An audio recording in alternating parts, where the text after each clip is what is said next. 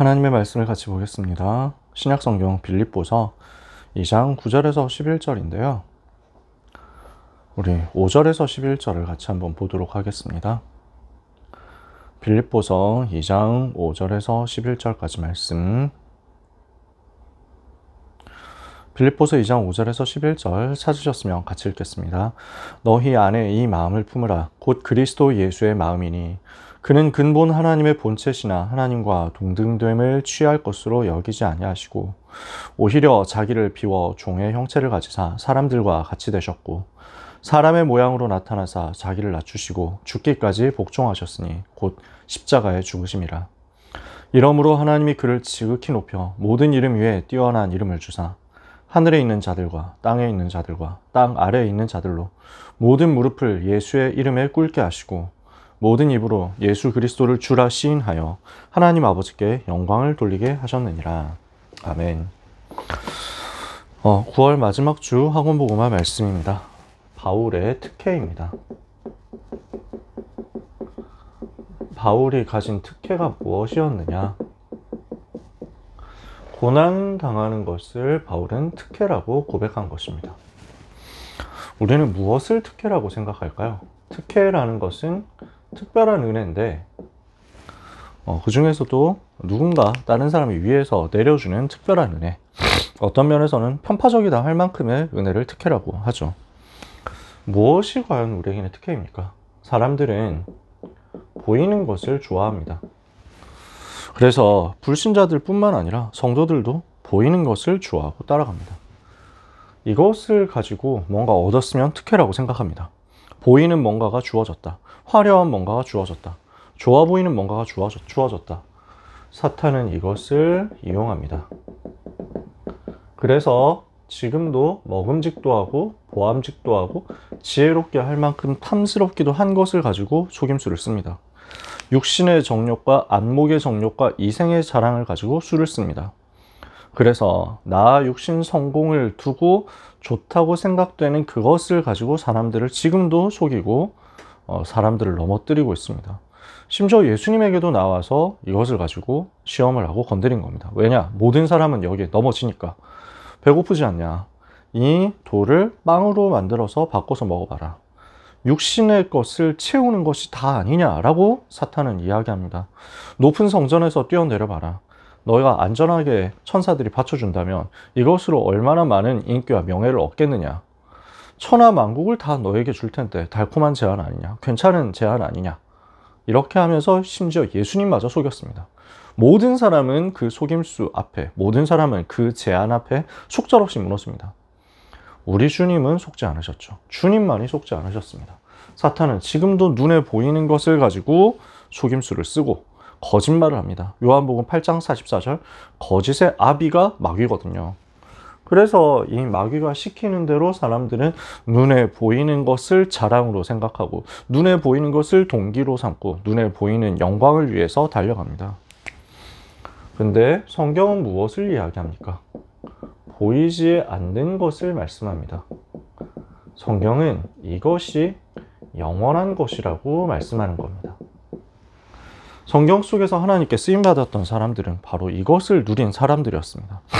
그래서 눈에 보이는 육신의 것이 필요 없냐? 그런 건 아닙니다. 그러나 인간은 육신으로만 사는 게 아닙니다. 그래서 예수님이 뭘 말씀하시죠? 사람이 빵으로만 사는 것이 아니라 하나님의 입에서 나오는 말씀으로 사는 것이다. 육신을 가지고 사는 것이 아니라 영이 살아야 육신도 사는 것이다.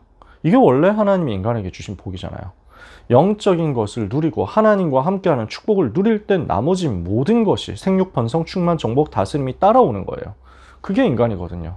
그래서 영원하신 하나님을 바라보는 영적인 존재라는 것이 인간에게 주어진 정체성이고 인간은 이건 누려야 삽니다. 사탄은 이것을 빼앗으려고 하고 육신적인 것을 주어서 영적인 것을 빼앗아 가려고 그렇게 하는 것입니다. 오늘 우리는 보이지 않는 영원한 것에 우리의 소망을 두는 응답 받아야 되겠습니다. 그래서 바울은 이것을 알고 지금 자신에게 주어진 상황을 하나님이 주신 특혜라고 고백하면서 감사한 것입니다. 사람들이 봤을 때는 고난당한 것처럼 보이거든요. 바울은 지금 너무 핍박당하고 누명 쓰고 어려움 당한 것처럼 보이거든요. 자유를 잃어버리고 갇힌 상태에 있는 것처럼 보이니까 모든 것 다 잃어버리고 실패한 삶이라고, 정말 가치 없는 삶이라고, 어리석은 삶이라고 생각하거든요. 근데 바울은 나는 하나님이 주신 최고의 특혜를 받았다, 이렇게 고백하는 겁니다. 바울이 현장에서 어떤 어려움을 당했습니까? 지금까지 있었던 일들만 살펴봐도요, 몇 군데만 살펴봐도 사도행전 14장부터 그 전에도 있었지만 14절에서 21절까지 루스드라에서 복음 전하는데 복음 전했다는 이유로 유대인들이 와가지고 돌로 쳐서 바울을 죽이려고 했습니다. 거의 죽을 뻔한 위기였습니다. 죽은 줄 알고 성 밖으로 내버렸는데 다시 살아났어요. 또 성에 들어가서 복음 전했죠. 사도행전 16장 6절에서 40절에 문이 막힌 줄 알았는데 그 속에서 성령 인도받기 위해서 기도하다가 하나님께서 마게도냐의 문을 여셨죠. 빌립보에 가서 복음을 전파하니까 루디아라는 제자가 찾아지고 귀신 들린 여종도 치유하고 살렸습니다. 근데 어떤 결과가 왔습니까? 복음 전하고 사람 살렸더니 매 맞는 일이 벌어졌습니다. 고난당하는 일이 벌어졌습니다. 그리고 감옥에 갇히는 일이 벌어졌습니다. 근데 그 속에 들어가서도 바울은 또 감사하고 찬송했죠. 사도행전 17장 1절에서 9절에 데살로니가로 갔습니다. 여기에서 원색 복음을 전했거든요. 성경을 가지고 뜻을 풀어 그리스도가 해를 받고 죽은 자 가운데서 다시 살아나야 할 것을 증명하고 내가 너희에게 전하는 이 예수가 곧 그리스도라고 전달했습니다. 그래서 거기에 많은 제자들이, 예비된 영혼들이 복음 받고 살아났습니다. 근데 또 유대인들이 이번에는 어떻게 합니까? 사람들이 어떻게 합니까? 저자의 깡패들을 데리고 와서 공격을 합니다. 바울을 야손이라는 사명자가 피신을 시켰죠. 그랬더니 야손을 읍장들 앞에 끌고 가가지고 이 동네 그 다스리는 사람들을 한테 데리고 가가지고 또 시비를 거는 겁니다. 이 사람은 다른 임금 곧 예수라 하는 이가 있다고 선포하는 그 악한 가르침을 하는 사람들이다 하면서 어려움을 주죠. 사도행전 18장을 보면요, 고린도에 가서 복음을 전하니까 여기에서 브리스길라, 아굴라 같은 사명자가 찾아지고 디도 유스도 같은 사람이 또 발견되고 회당장 그리스보가 그 온 집과 더불어 세례를 받고 수많은 사람들이 믿고 죽게 돌아오게 되었습니다. 이랬더니 이것을 가지고 또 유대인들은 시기해서 총독 갈리오 앞에 고발해서 재판 자리에 서게 만듭니다. 그렇게까지 고난을 당해요. 그래서 재판장 갈리오가 이 말을 들어보니까 자기 종교에 관한 얘기니까 내가 상관할 이유가 없다라고 하면서 그냥 내보내거든요. 유대인들이 분풀이로 바울을 치고 싶은데 바울을 못 찾았는지 못 잡았는지 바울의 제자 소스테네를 잡아가지고 또 두들겨 팹니다. 이렇게 고난당합니다. 사도행전 19장에서는요 어떤 일이 벌어지냐면 우리는 주로 로마도 보아야 하리라 하는 그 부분까지만 알거든요. 근데 그 뒤에 에베소 지역에서 우상 장사를 하고 있었던 데메드리오라는 사람이 있었는데 은장색이라고 했습니다. 이 사람이 우상 만들어서 파는 것이 생업이었는데 바울 운동 때문에 사람들이 우상을 버리고 하나님께로 돌아오니까 장사가 안 돼서 망할 것 같거든요. 죽을 것 같거든요. 이러니까 모든 사람들을 선동해가지고 불신자들을 선동해서 에베소는 아르테미스 여신을 섬기는 도시 아니냐. 그런데 아르테미스 여신의 영광을 다 빼앗아가고 이름도 모르는 예수라고 하는 신을 가지고 선동해서 지금 모든 에베소가 아르테미스 배신하도록 만들고 다 무너지도록 만들었지 않냐. 저 아르테미스 신전 그때 당시 세계 7대 불가사의라고 했거든요. 저것의 영광도 다 무너지고 어떡할 거냐 이렇게 하니까 선동을 하니까 에베소 사람들이, 불신자들이 그 말이 맞다 하면서 크다 에베소 사람의 아르테미스여 이렇게 하면서 바울을 없이 하자라고 소동을 온 동네에서 폭동을 일으킵니다. 저도 에베소에 가봤는데 큰 원형극장 있거든요. 거기 한 2만 명 이상 들어갈 것 같아요. 거기에서 몇 시간 동안, 거의 하루 종일 동안 바울을 죽이자, 바울을 없애자, 예수 운동 없애자 이렇게 하면서 크다 에베소 사람의 아르테미스여 이렇게 하고 소리를 지릅니다. 그 상황이 바울에게 많은 충격이었습니다. 그래서 고린도후서 1장에는 거의 살 소망이 끊어질 정도로 어려운 상황이었다라고 고백하기도 합니다. 이제 예루살렘으로 들어가서 예배드리고 있었습니다. 그런데 복음만 말하는 바울을 두고 또 유대 율법을 제대로 지키면서 성전에서 제대로 예배드리고 있는 바울을 붙잡아 가지고 엉뚱한 누명을 씌웁니다. 이방인을 데리고 성전에 들어가서 성전을 더럽히고 모욕했다. 이런 거짓말을 해가지고 바울을 잡아서 거의 그 자리에서 죽이려고 했습니다. 유대인에게 붙잡혀서 거의 린치당하고 어렵게 된 거죠. 여러 가지 고난 당하다가 바울이 가이사에게 상소했습니다. 나는 이 사람들에게 종교재판 받을 이유가 없다. 나는 로마 시민권자이기 때문에 로마 시민의 권리를 따라서 로마 황제 가이사 앞에서 재판을 받겠다. 내가 가이사에게 상소하노라. 이렇게 해서 바울은 풍랑을 거쳐서 결국 로마로 도착합니다. 그리고 그 로마에서 어떻게 됩니까? 갇힌 몸이 됩니다. 빌립보서 1장 12절에 13절. 그래서 자유를 잃어버린 채 구금된 상태에서 재판을 기다리고 있습니다. 그러나 바울은 이것을 무엇으로 고백했느냐면요. 나는 갇힌 몸이 되었지만, 나는 매인 몸이 되었지만 복음은 매이지 않고 내가 당한 일은 복음 전파의 진전이 된 것을 너희가 알기를 원하노라. 바울이 이렇게 고백하는 거예요.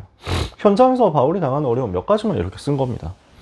이렇게 고난당했는데 바울은 그 속에서도 이것을 특혜라고 고백하고 복음 전파의 진전을 위해서 하나님이 주신 은혜라고 고백합니다. 왜냐? 그 속에서 비밀을 가졌기 때문입니다. 바울이 가진, 감옥에서 바울이 가졌던 비밀이 무엇이었습니까? 1차 로마에서 투옥되었을 때는 셋집에서 가택연금을 당한 상태로 로마 병사들의 감시를 받으면서 집 밖으로 나가지 못하는 상태에서 자기에게 오는 사람을 만나는 그런 정도의 자유를 가지고 있었습니다. 그래서 이것을 바울은 갇힌 것이라고 표현하고 교회 역사에서는 이것을 1차 투옥이라고 하고 감옥에 갇힌 것과 다름없는 상태였기 때문에, 그리고 이때 쓰여진 서신을 옥중서신이라고 합니다. 에베소서, 빌립보서, 골로새서, 빌레몬서, 이 4권의 서신서가 바로 이 기간에 쓰여졌습니다. 바울이 로마에서 갇혀 있을 때. 나는 갇혀 있는데 감옥에 있는 것 같은데, 그러나 내 안에 계신 그리스도는 하늘과 땅의 모든 것을 통일하신 완전하신 분이시다. 나는 그 그리스도의 비밀을 가진 사람이다. 이게 바울이 가진 비밀이고 바울이 가진 누림이었습니다. 찬송하리로다. 하나님 곧 우리 주 예수 그리스도의 아버지께서 그리스도 안에서 하늘에 속한 모든 신령한 복으로 내게 복 주셨다. 그리스도 안에서 하늘에 있는 것이나 땅에 있는 것이 다 통일되게 하신다. 그리스도 안에서 하나님이 나를 구원하시고 그리스도 안에서 우리를 구원하시고 그리스도 안에서 그의 영광의 찬송이 되게 하셨다. 바울의 감사였고 바울의 찬송이었습니다. 모든 신령한 복이, 하늘에 속한 모든 신령한 복이 그리스도 안에 다 있다라는 것이 바울의 고백이고 바울의 비밀이었던 겁니다. 그러니까 빌립보서에서는요, 무엇을 고백합니까? 빌립보 4장 1절에서 13절에 바울은 이 속에서도 오히려 항상 기뻐할 수 있었습니다. 빌립보 4장 4절에서 7절에 그러므로 형제들아 주 안에서 기뻐해라. 다시 말하노니 기뻐해라. 너희 관용을 모든 사람들에게 알게 해라. 주께서 가까우시니라. 아무것도 염려하지 말고 다만 모든 일에 기도와 간구로 너희 구할 것을 감사함으로 하나님께 아뢰라. 그리하면 모든 지각에 뛰어난 하나님의 평강이 그리스도 예수 안에서 너희 마음과 생각을 지키시리라. 나는 풍부에 처할 줄도 알고 궁핍에 처할 줄도 알고 모든 일 곧 배부름과 배고픔과 풍부와 궁핍에도 일체의 비결을 가지고 있는데 내게 능력 주시는 자 안에서 내가 모든 것을 할 수 있다. 이게 바울이 가진 비밀이었습니다. 그래서 골로새서에서는 무엇을 설명합니까? 2장 1절에서 7절 보니까 이는 너희로 사랑 안에서 연합하여 원만한 이의 모든 부요에 이르러 하나님의 비밀인 그리스도를 깨닫게 하려 함이니 그 안에는 지혜와 지식의 모든 보화가 감추어져 있느니라. 그리스도는 하나님의 비밀이고 그 안에는 지혜와 지식의 모든 보화가 다 감춰져 있으니까 이 그리스도 누리면 된다라는 것이 바울의 고백이고 바울의 권면이었습니다. 감옥 안에서도 누리고 있는 바울의 비밀이고 바울의 능력이고 바울의 열쇠였습니다. 그래서 이 비밀을 가진 나에게는 이런 모든 고난조차도 전부 복음 전할 수 있도록 하나님이 내게 주신 특혜에 불과하다 라고 바울은 하나님의 은혜를 찬송하고 고백하는 것입니다. 너희가 그리스도 예수를 주로 받았으니 그 안에서 행하되 그 안에 뿌리를 내리고 그 안에 뿌리를 내려서 세움을 하나님 앞에서 입어라. 그래서 그리스도께 뿌리 내리라고 바울은 부탁합니다. 이 비밀을 가진 바울은요, 바울에게는 갇힌 중에서도 여기서 하나님이 예비해 두신 제자가 발견됩니다. 갇혀 있는 것 같은데 여기에서도 복음 증거되고 여기에서도 또 제자가 일어납니다. 실패한 사람 같았던 오네시모라는 사람이 복음 받고 전도 제자로 사역자로 세워지는 시간이었습니다. 이것은 바울이 가진 비밀이었습니다. 너무 많은 고난을 당하고 너무 많은 누명을 썼습니다. 너무 많은 박해를 받았습니다. 사람들 같으면 억울하다고 생각했을 겁니다. 사람들 같으면 힘들다고 생각했을 겁니다. 내가 왜 이렇게 살아야 되냐 회의감 가졌을 겁니다. 눈에 보이는 것만 생각하는 모든 사람들은 바울의 인생을 완전 망했다고 생각했을 것입니다. 그도 그럴 것이 바울 원래 되게 잘 나가는 사람이었잖아요. 원래 로마 시민권자 집안에서 태어났으니까 엄청난 영향력을 가진 가문의 사람이었고, 가말리엘 문화에서 배운 최고의 엘리트 수재였고, 4개 국어는 최소한 할 줄 아는 엘리트였고, 4개 주요 학문을 그 당시에 배운 사람이었고, 그러면서 예루살렘 정계에서 인정받는 떠오르는 정치인이었습니다. 산헤드린 공의회 회원으로서 앞으로 잘 나갈 일만 남은 사람이었습니다. 근데 그 모든 건 내던지고 이단이 되어서 그 모든 건 내던지고 고난받는 길을 택해서 가는데, 거의 지금까지 가지고 있었던 세상적인 모든 특혜, 세상적인 모든 권력에서 완전 소외되고 쫓겨나서, 그래서 계속 고난당하는 길로만 가는 것처럼 보이는 겁니다. 사람들은 생각했을 겁니다. 왜 저렇게 사느냐고, 왜 저렇게 바보같이 사느냐고, 왜 저렇게 어리석게 사느냐고. 바울에게는 특혜였습니다. 바울이 이 비밀을 가지고 있었기 때문입니다. 그래서 고난인 줄 알았는데 최고의 특혜가 된 바울이었습니다. 바울은 무슨 소원을 가지고 있었습니까? 나는 그리스도 예수께 발견되기를 원한다. 빌립보서 3장 1절에서 21절에 바울이 가진 비밀입니다. 바울이 가진 소원입니다. 나는 그리스도 예수를 아는 지식이 가장 고상하다.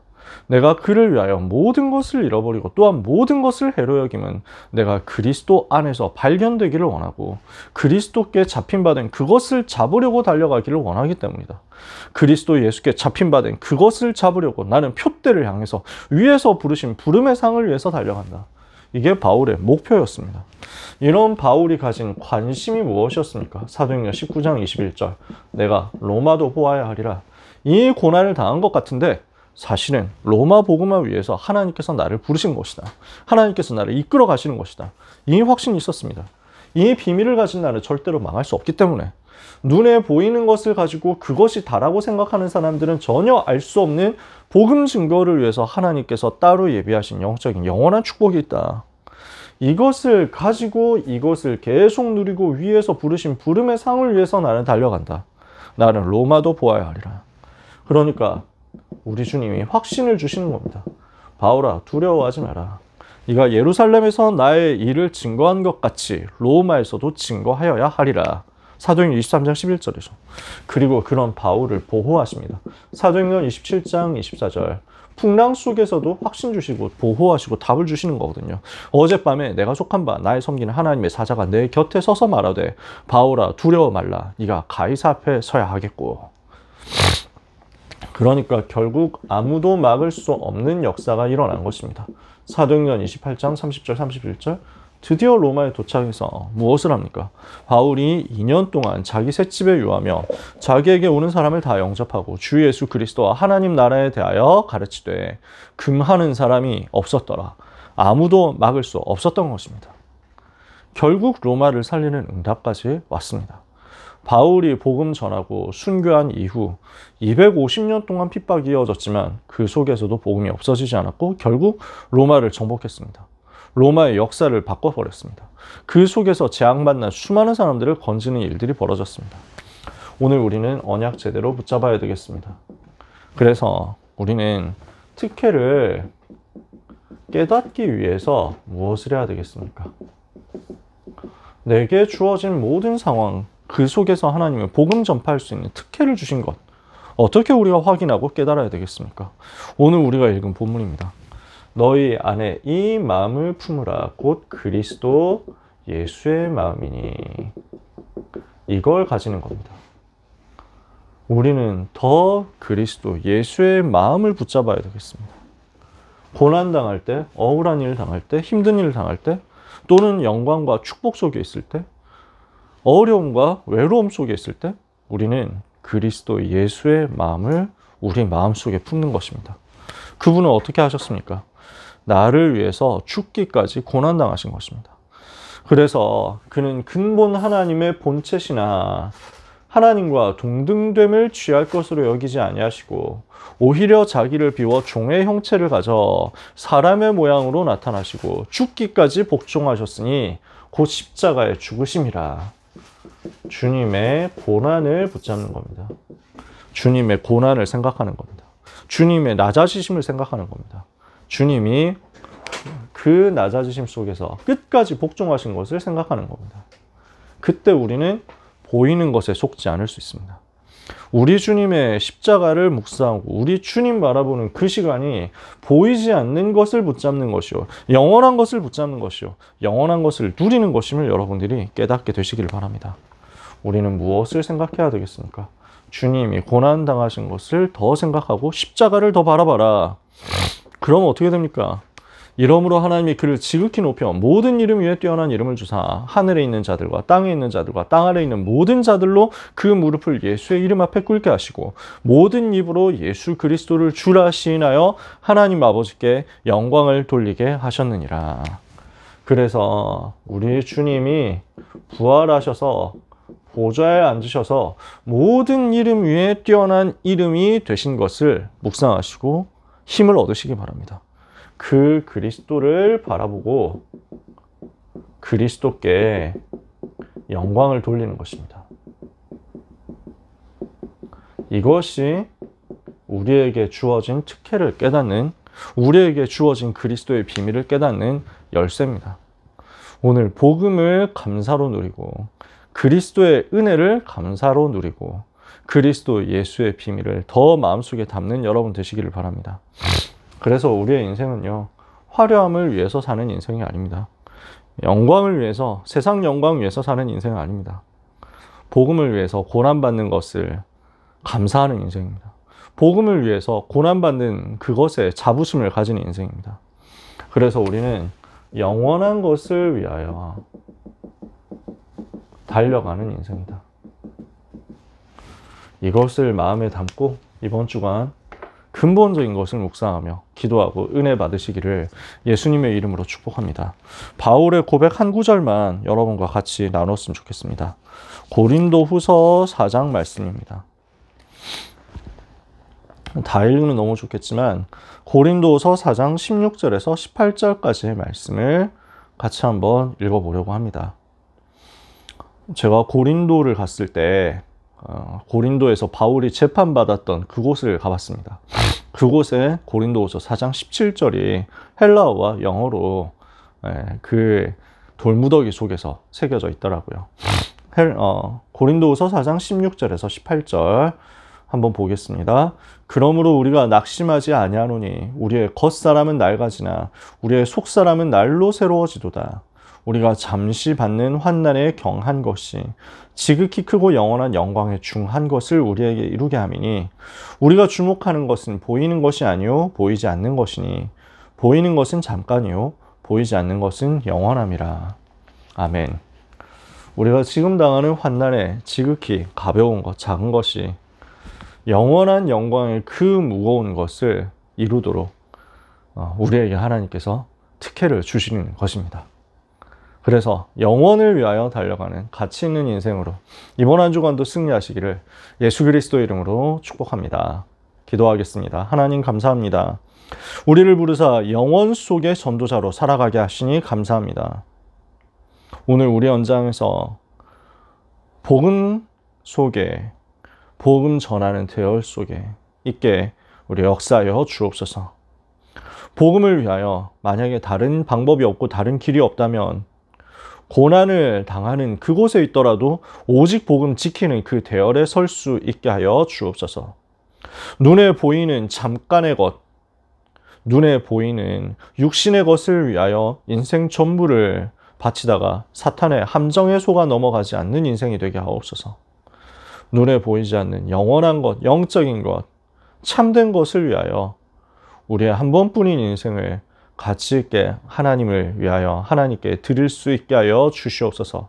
주님, 우리 렘넌트들이 나를 하나님께 드린다고 고백할 수 있게 하옵시고, 그 고백하는 렘넌트의 전 인생을 받으사, 모든 전도자의 그 고백과 인생을 받으사 바울에게 주셨던 그 은혜에 따라서 세계복음화 할 수 있게 하여 주옵소서. 예수 그리스도의 이름으로 기도합니다. 아멘.